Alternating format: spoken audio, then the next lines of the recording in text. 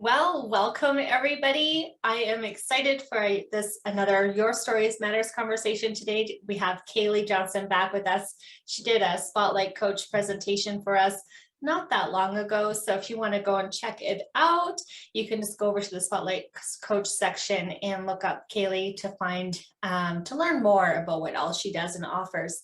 Today, Kaley is here to share her story of how anxiety and overwhelm ruled her days and nights, and she knew she needed to make a change and didn't know where to start. Anyone else feel the same? I've been there. She was introduced to the coaching realm and was quickly realized the value of having a coach and how it has transformed her life. So much so that she herself has become a wellness coach so that she can give back and help others to put a spark back into their personal journey to wellness. Welcome back to the Beautiful You community, Kaley. Just give the audience just a quick little brag about yourself, who you are, and what you do before we dive into your story and learning about how the anxiety and depression really just grabbed you so deeply that you're like, I need to make a change. Anybody else there?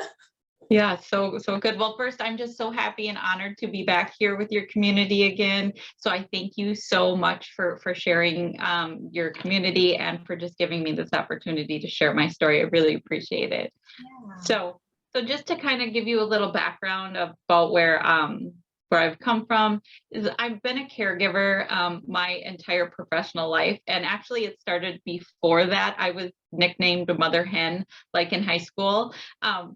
If somebody was doing something that they shouldn't, I just always felt responsible to take charge of their safety. It's just always the role that I've fallen into. So it's no wonder that I ended up in a caregiver role for most of my life. But I was like 10 years older than my brother and 8 years older than my sister. So this started, I feel like at even a childhood age, is that I was, like in charge of responsible for others. So caregiving has always been near and dear to my heart.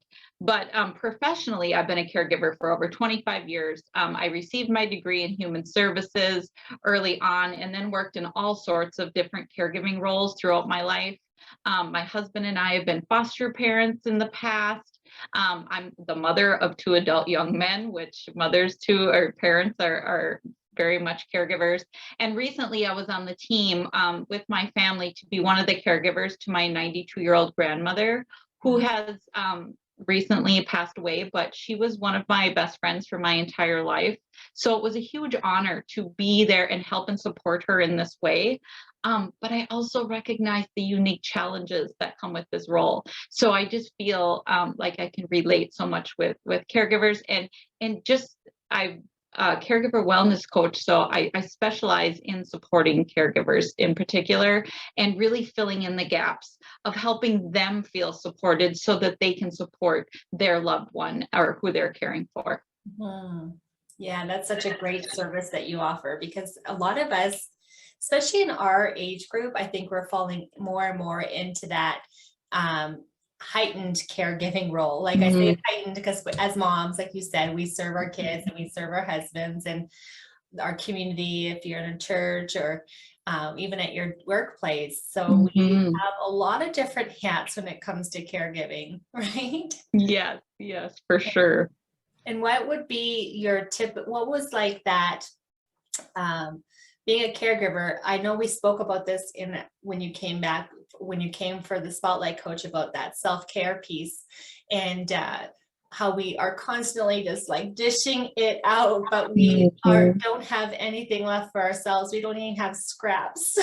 So, and then we fall into that place where it's just like we're empty, like so empty. So did you find that when that anxiety came rolling in and that dark cloud kind of came and sat at your doorstep, like do you feel that your cup was empty? Like, when did you make that decision? You're like, I need help. Like I need to get off of this. Crazy. Yeah, that's a great question. So there was so many times that my life was just feeling like almost miserable. Like I was just dreading getting out of bed, or even how to deal with mine was really more anxiety and feeling overwhelmed than so much of the depression piece. But I mean, they all go hand in hand, but it just left me feeling, like something had to give. Like I knew I couldn't maintain the pace that I was going at. And, but it was really hard for me to admit as well. Like this was a big piece that in retrospect, I can see.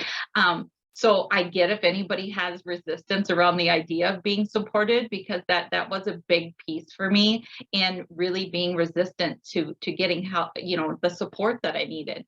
But I recognized that things were so far out of my control that I didn't know how I was going to get a handle back on it. Like it had gone further than I had in the past. And so I was just like, something had to give. And I was trying to be the perfect mom, the perfect caregiver, the perfect wife, daughter, employee, all of the things. And I had to realize that, I was actually getting sick. I was making myself physically sick every day, worrying about things that I absolutely had no control over. But that wasn't really in my awareness. I was worrying about them until someone asked me, like, is this going to make a difference? Like, do you truly, let's focus on the things that you actually have control on versus the things. And when I started really thinking about that, like 90% of the things I was anxious about were things that I had no control over.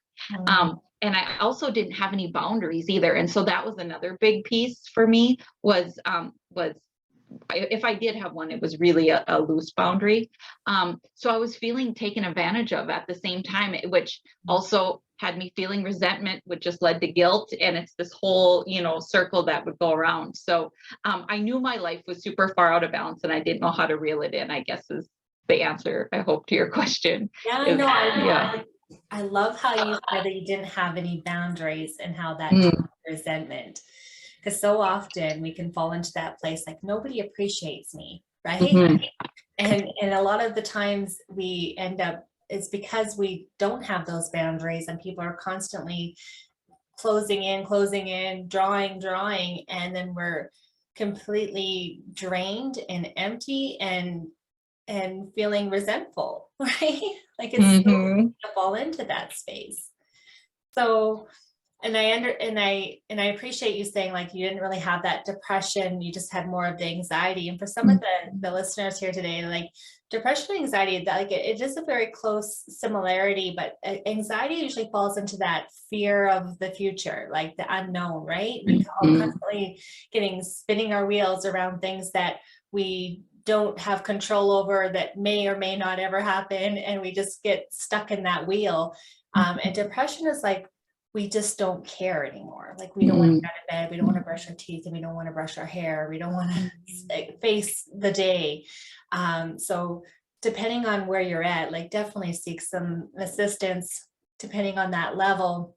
Anxieties, we can usually do things on our own in a lot of the ways. Depending on the severity of the anxiety, we can change our diet, we can get out and get some sunshine, we can put some boundaries into place, we can learn the word no and be okay with it. And and then depression, sometimes we need a little bit more help, right? So definitely check your meter, ladies, and see where you're at. But when you started making that having that understanding, like, hey, maybe I need to set some boundaries, and what does that really look like, and how do I actually enforce it, especially in an environment that you haven't had them or you've loosely had them.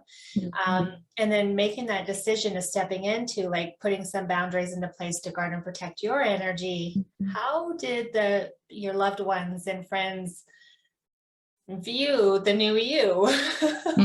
Yeah, and this is a great question, because I still, even at that point, I was just recognizing that I needed some support, but like I said, I was still super resistant to support. Like, I can do this. If I can't do this by myself, then I'll be failing at life, or why do I need help and somebody else doesn't? And just trying to let go of those pieces and tuning into, okay, like I said, it got so far out of control that I hadn't experienced that far out yet. So I was starting to get nervous of like to the next step, like what if then depression happens, or, so I was like, okay, what do I have to lose then to start investing somehow in myself and in my own mental wellness.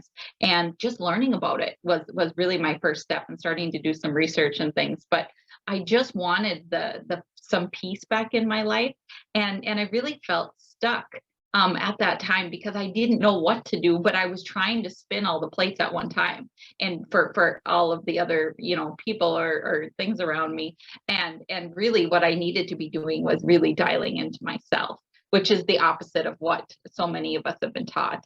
But really starting to build that new idea of, when I focus on me and when I am a priority in my life is when I am the best version of myself. Like that is the key piece. And to let go of the selfishness around it, because I really signed up for that story hardcore. Like if I took any time for myself, that would be selfish, and I would be, somebody else would be having to give up something because I wasn't there to, and that I was the only person that could do it. That was my belief too, which was just silly. It really is, now that I'm looking back at it, but truly I was taking action from all of these places that I wasn't even aware of. Like I wasn't even tuned in to the reasons behind all of the things that I was doing. But sometimes some of our hardest times in our lives are our biggest blessings. And I truly cannot even believe that I'm saying that, because that time was so incredibly challenging and so out of control, more than I even could have imagined. So just saying that just almost makes me cringe, but truly, I know this was true for me anyway. And so many of the caregivers that I connect with, but I'm so grateful for that struggle now, because that's what pushed me out of my comfort zone to get that support or to get that help. And it was totally life changing when I had a support system, when I had a cheerleader through my coach, when I had a system that I could follow with the right steps, and then the accountability. I mean, all of those pieces, like a puzzle, were all put together. And I had followed through then in a way I had never done before. And it was literally mind blowing. It was just, it was truly turned into a life that I was proud to share. And it did require me to do things differently. So it wasn't like it was it was easy, but I needed to get new thoughts. And that's what I like to share with people. They were baby steps. So the steps were easy. When I look back on it, I would have imagined they would be really hard. But it was really about changing the way that I talk to myself, changing my thought patterns, really becoming aware of what thoughts I was choosing. And that was one of the key pieces. But like I said, that is what inspired me to become the best version of myself, is getting that support, which I was super resistant. It was like, that's my magic ticket, but I'm afraid of it. And really, kind of figuring that out later on. But because I was desperate, I was willing to try things that I probably wouldn't have normally been willing to try. Well, it doesn't need to be that difficult. Like we can just get some support. Like everybody needs support. So I love how we can make things so much more difficult, more harder for ourselves than what it needs to be. yeah. You're not alone in that. Yeah. But it's so true. And then just, that fear of letting somebody down can paralyze us in that place, right? Where we just don't reach out because we feel like we're going to let somebody down. And because then we got to take that time for ourselves, but then what's going to go on over here without me, Yes.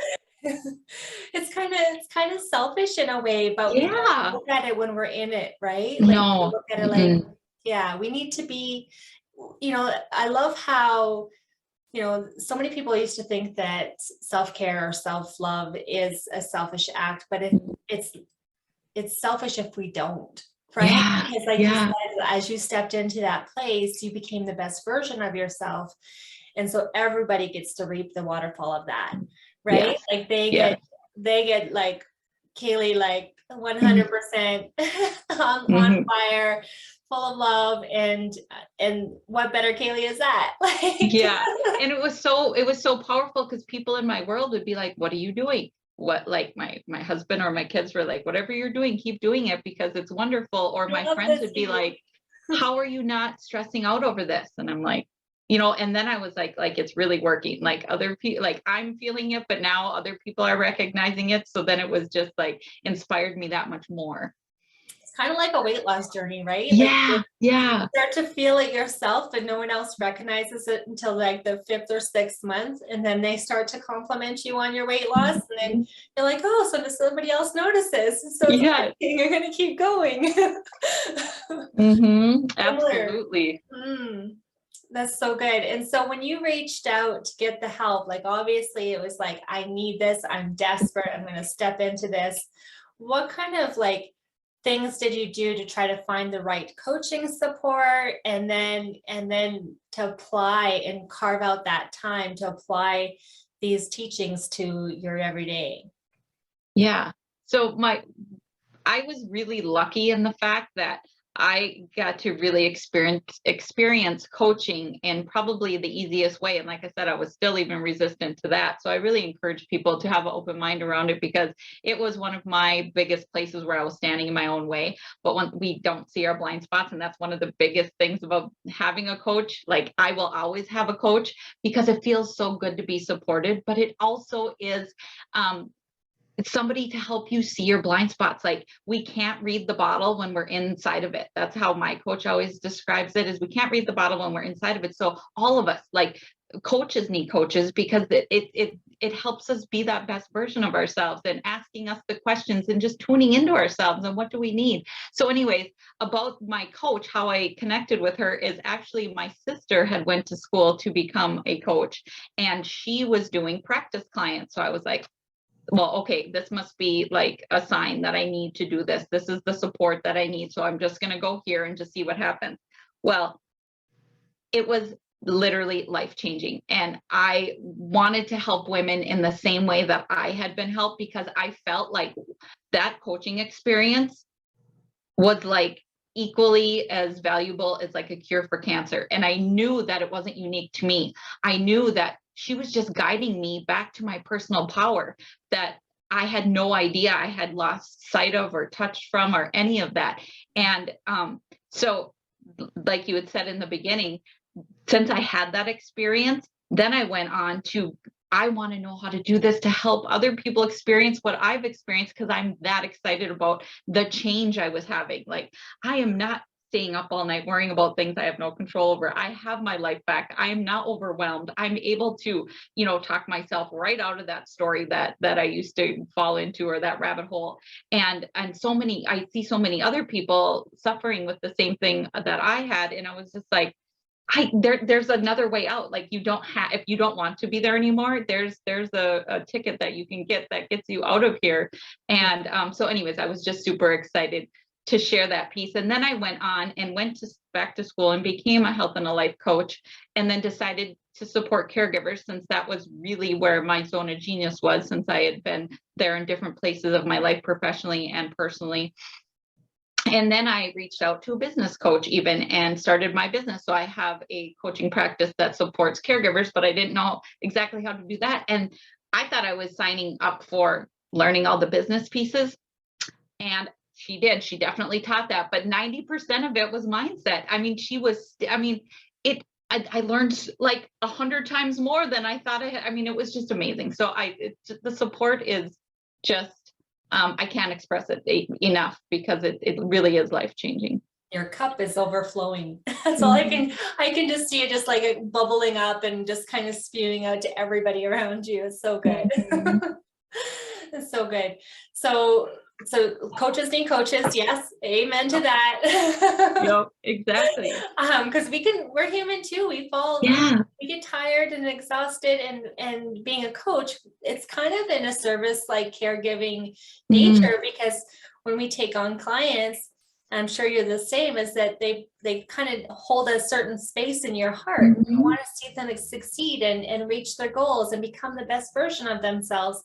So if we're constantly pouring into them, then it's going to actually pull away from our family or pull away from ourselves if we don't take ourselves into that number one driver's seat and nurture ourselves at the same time. So I love that you said that piece, because it's super important even for us coaches and anyone in this field. really get the support, the accountability, the mindset shifts that we need, that we can easily fall astray on. And so good, so good.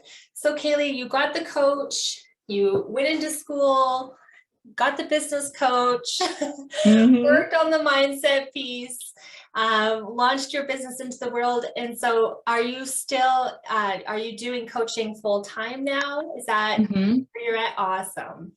Yeah. Congratulations. Well, I'm sure that was like an exciting day for you. Oh, that was, it was, and it was such a journey. Like I said, I thought I had experienced so much in just my coaching journey. And then when I went to the Health Coach Institute, I was able to experience that whole journey, which was a whole nother coaching experience. And then to go on to the business, be there was just the next step and the next step. And it was just so inspiring and so up leveling that it was just really exciting. And now I've been able to completely shift and recognize that that we all need to be connected through support in our lives. And support is not a bad thing. It's actually a really good thing, because who doesn't want to be the best version of themselves? Who doesn't want to have this puzzle piece of being accountable and having a cheerleader and having someone to hold space for you and to be heard and seen? Like, we all need that.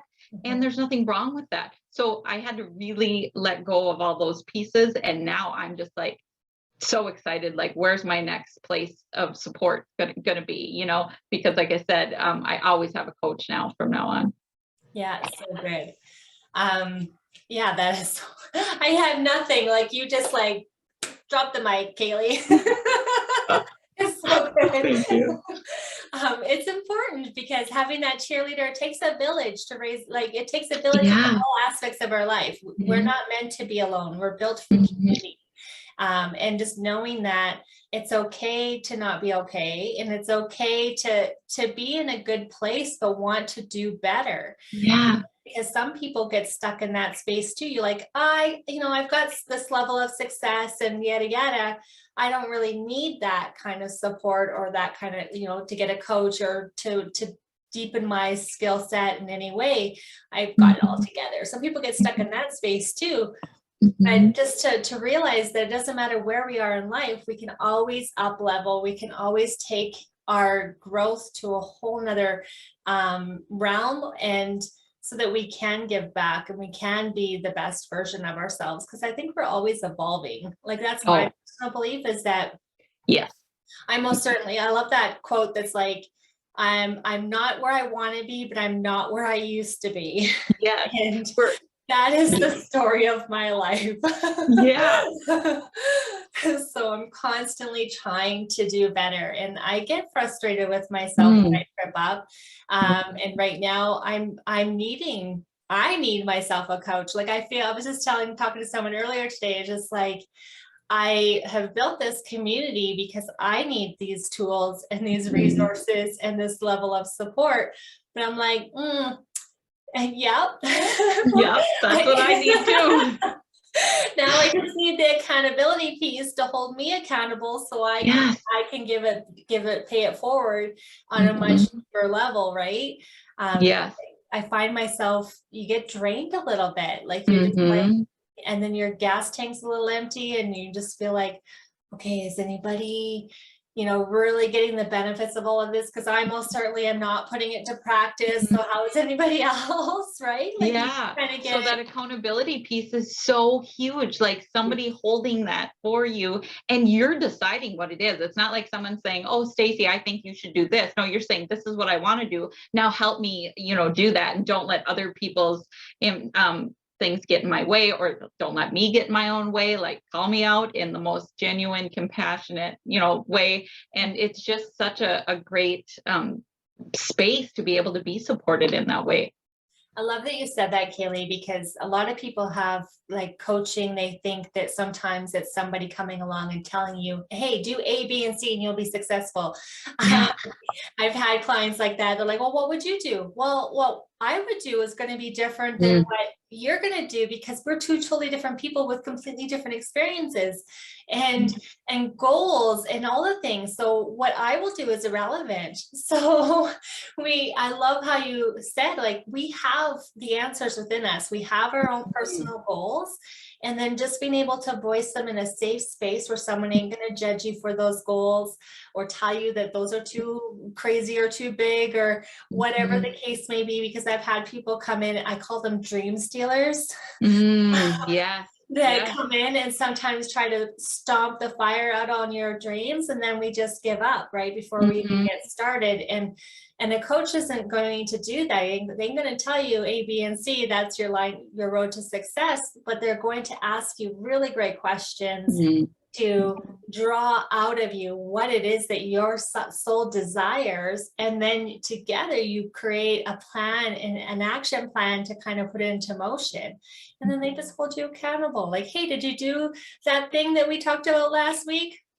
Yes or no. And without judgment, you get the gentle push forward to keep moving towards that goal, which I love. Yes, the action pieces, because there's one part in being seen and heard, and that's super valuable. But then the other piece is then taking a step in that right direction, which is a super easy baby step. Like I always keep them really small and really easy so people don't become overwhelmed, because oftentimes we're trying to get out of overwhelm. But my clients are always so amazed when they look back down the path and it's been maybe 6 weeks or 3 months, and they're like, that wasn't hard. Like, I haven't done anything hard. How am I this far ahead? Like, I imagine it being impossible. And they're always just blown away. And that's one of my favorite parts, is being there saying, yes, I told you it wouldn't be hard. You just to show up for yourself and let that be okay. And so that's where I get my piece out of it, is being able to watch them succeed with being able to be on that journey with them, and just being able to cheer them on and, help them maybe when they're falling off a little bit, and just guiding them back to the place that they want to be. So good. It's like any big goal, like it's like standing at the bottom of a mountain and looking up, like, how am I ever, right? Yeah. It starts with one foot in front of the other. So it's just movement, action steps, right? So, so good. I have absolutely loved this conversation. So anyone out here in this space that's wrestling with anxiety, burnout, overwhelm, because they're constantly sowing and giving themselves to everyone else, falling into that place of resentment and feeling unappreciated, what would you say to that lady?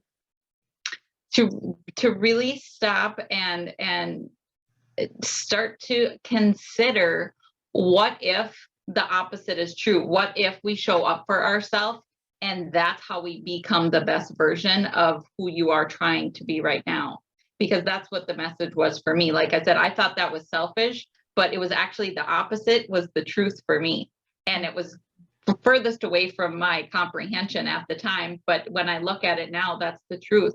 And so when I go and do and it doesn't have to be hours and hours, they're little pieces throughout my week and day. But when I do those things for myself, people in my world are thanking me, because then I'm showing up with a full tank of gas. I'm showing up with patience. I'm showing up with compassion.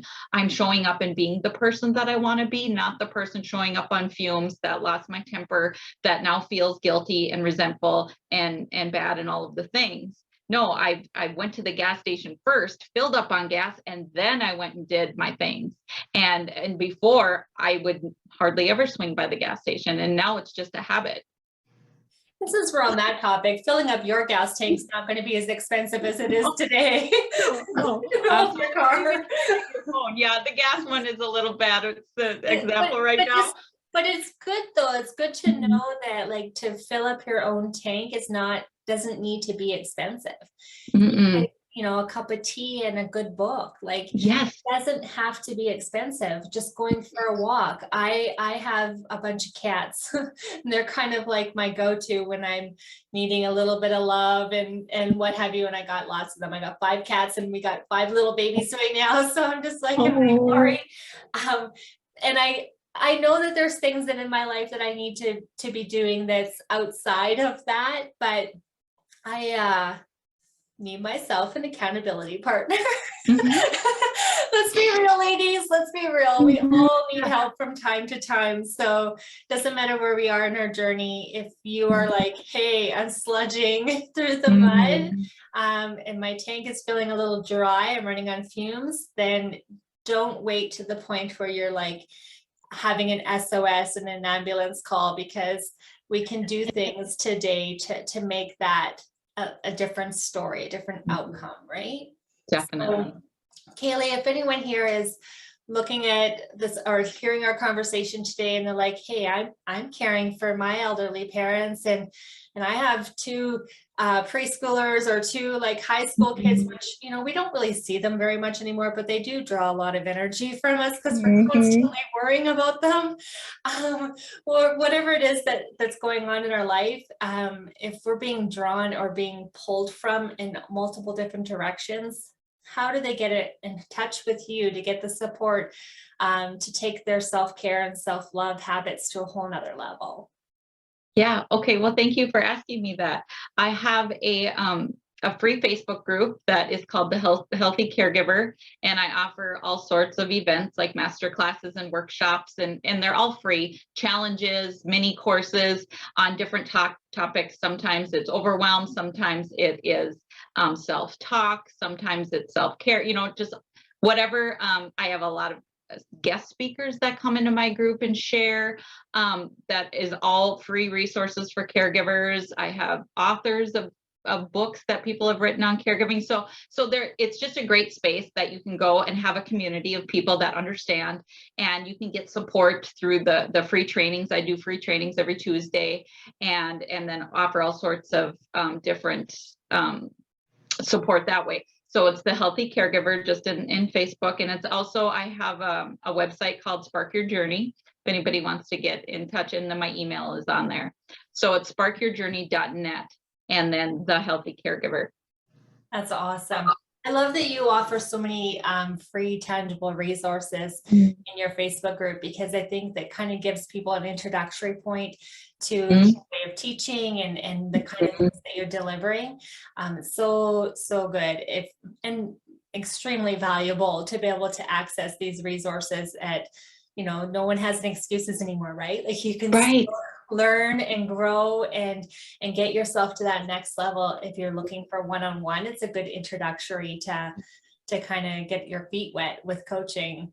Yeah, it really is, because we do a lot of the pieces that I teach in my coaching, and the topics are brought up in the Facebook group, the one-on-one. Then you get the individual support, but sometimes people, all they need is the Facebook group, and that's wonderful. Take it and run with it, and and make your life the way you want it. And the other thing that I'm doing that I'm super excited about is I've collaborated with another caregiving expert, and we're starting, I think it's in 2 months, but we're going to launch a caregiver support group. So that's super exciting. So I'm excited to see how that turns out, because a lot of people have been asking for a support group. It's so good because it's exhausting. I have a lady in our office. She's old enough to be my mama. I call her mama. Mhm. But she's taking care of her father, and she's been in this caregiving space taking care of two elderly couples, and her mom and this other lady have passed on in the last couple of years. So now she just deals with the papas of them, and she does not take the time for her, and her body's screaming at her. She's all Mhm. got all kinds of things going on in her system that is like breaking her down. And you try to like say, okay, mom, like you need to take care of you. Like Mhm. I ain't got no time for me until, you know, my dad needs me, and I got this appointment and that appointment. And that's the other thing with caregiving is like you're No. to every hospital, every doctor's appointment, you're drugged to the mud. And if you have kids at home too, that is even more exhausting, especially if they're in extracurricular activities, right? Mhm. So it's super important to take care of you so that you don't get to the point where you need surgery or Yes. get so stressed out and maxed out that you're bedridden and you're no good to nobody. So Mhm. reach out to Kaley in her Facebook group, go to her website, learn about her programs, working with her one-on-one, but get a taste of her in her free Facebook group. I'll put all the links here within the show notes. And yeah, thank you. Thank you for doing what you're doing. It's so valuable. Oh, well, thank Love you it. too for doing what you're doing and connecting people together that wouldn't have normally crossed paths. And, I think that's a super valuable space. So like I said, I really appreciate you sharing your community and just, getting people connected. That's awesome. Yeah, well, I don't know about you, but I'm sure there's a lot of people that are in this space of caregiving for all kinds of different reasons. Yes. And I don't think that one would actually go out thinking like, hey, is there a caregiving coach? Well, yes, Right. there is. Yeah, exactly. Yeah. So I really want to get that out, that there is support for caregivers, because the story has been that there's huge gaps. Everybody's focused on the patient, which you need to be, but that there also needs to be that space for the person caring for you too. Absolutely. Mhm. Absolutely. Thank you so much for coming back and sharing your story with us today. I very much appreciate you. Oh, well, thank you. I appreciate you too, Stacy. Thank you, darling.